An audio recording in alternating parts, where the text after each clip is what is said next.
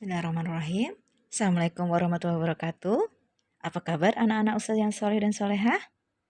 Masya Allah, bertemu kembali ya kita di pembelajaran kedua hari ini.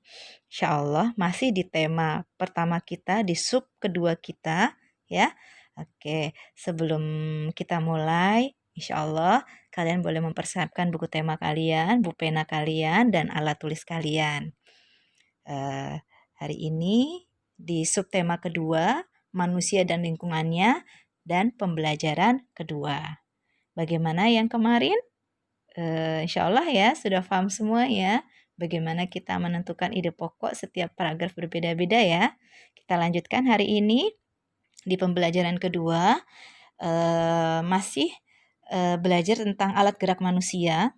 Dan di sini kita akan belajar lebih dalam lagi tentang tulang sebagai alat gerak manusia. Nah, muatan apa saja di pembelajaran kedua ini?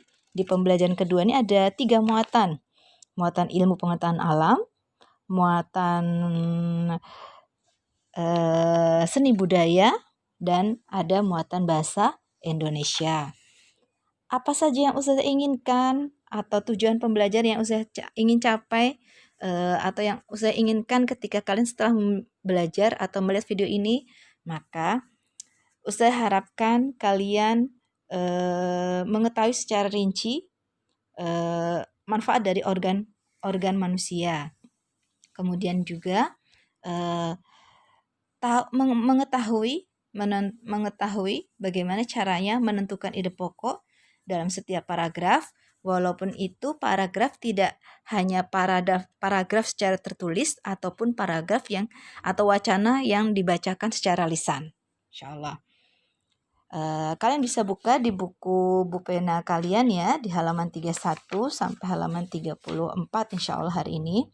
Yang pertama, tulang sebagai alat gerak manusia. Selain untuk alat gerak, fungsi tulang adalah menopang tubuh, membentuk tubuh, dan tempat melekatnya otot. Sekali lagi, tulang sebagai alat gerak manusia, selain untuk alat gerak, fungsi tulang adalah menopang tubuh.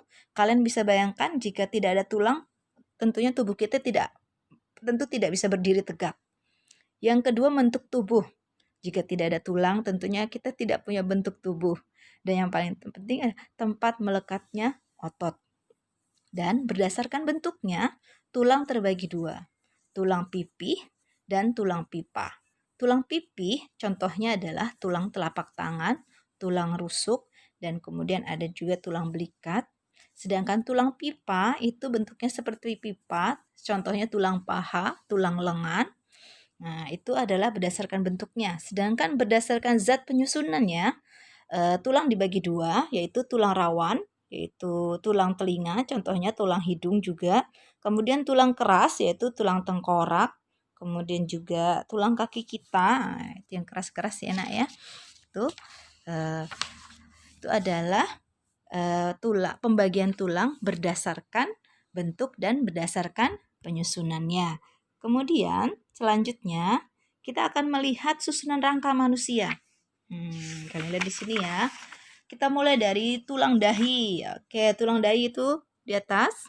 Kemudian tulang pipi, tulang pelipis, tulang rahang atas, rahang bawah. Kemudian selangka, ke belakang sedikit tulang belikat. Kemudian di depan kita ada tulang dada, ada yang kecil-kecil tulang rusuk. Kemudian di tangan kita ada tulang lengan atas. Kemudian yang selanjutnya yang ada berhubung dengan jempol kita itu adalah tulang hasta. Kemudian yang berterusan dengan jari kita adalah tulang pengumpil. Kemudian ada tulang pinggul, tempat kita duduk. Di atas tulang pinggul itu ada tulang belakang.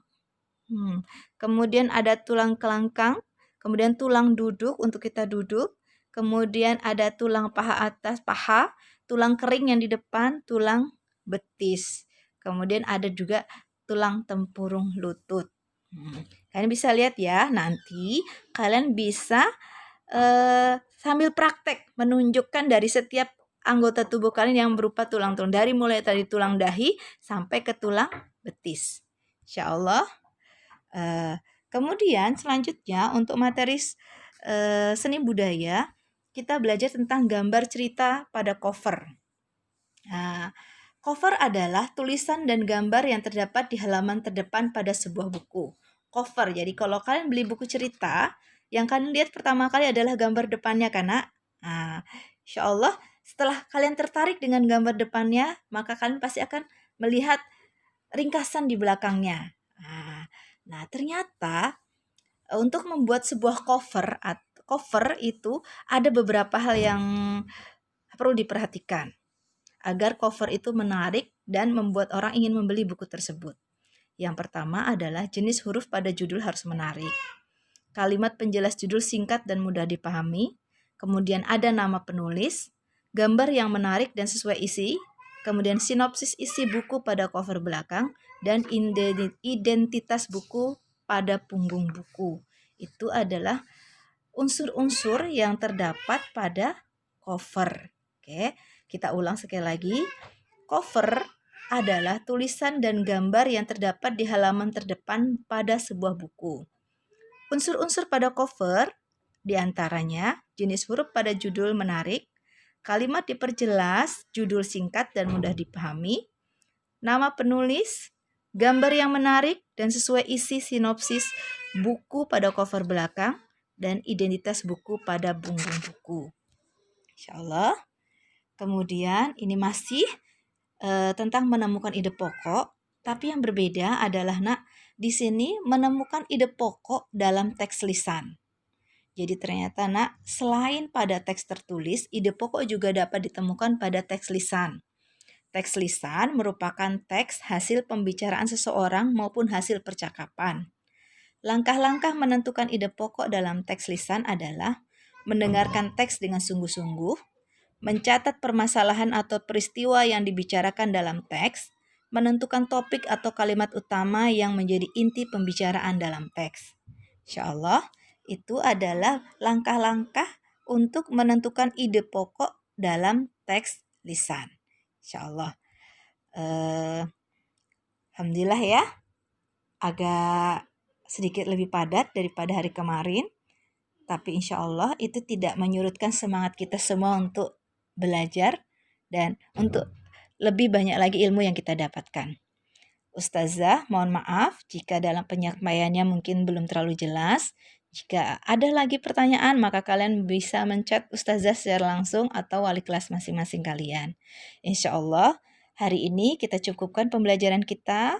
Sekali lagi, semoga kalian tetap selalu sehat, tetap bersemangat, tetap berpositif thinking, berpikiran positif, senantiasa menjaga kesehatan, kemudian tetap menjaga tubuh kita dengan asupan gizi yang seimbang dan olahraga yang cukup, menggunakan masker jika keluar rumah. Semoga tetap sehat semua. Kita Ustazah akhiri bersama-sama, kita ucapkan hamdalah, alhamdulillahirabbil alamin. Insyaallah kita bertemu kembali pada materi selanjutnya. Assalamualaikum warahmatullahi wabarakatuh.